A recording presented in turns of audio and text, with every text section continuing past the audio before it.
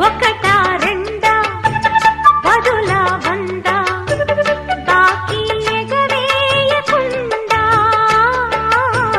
బదులే తీర్చేది ఉందా? మెదడే ఉందా మతిపోయిందా సాలే మీ కాకి గోలా వేళ పాడంటూ లేదా? ఏమైంది భాగ్యం కథ కదిలిందా లేదా కథ వ్రతమేదో చేస్తోందట అందాక ఆగాలట సౌఖ్యంగా బ్రతకాలి సౌఖ్యాలే పొందాలి చుక్కలు తెమ్మన్నా తెంచుకురానా చూస్తావా నామైనా చేస్తానే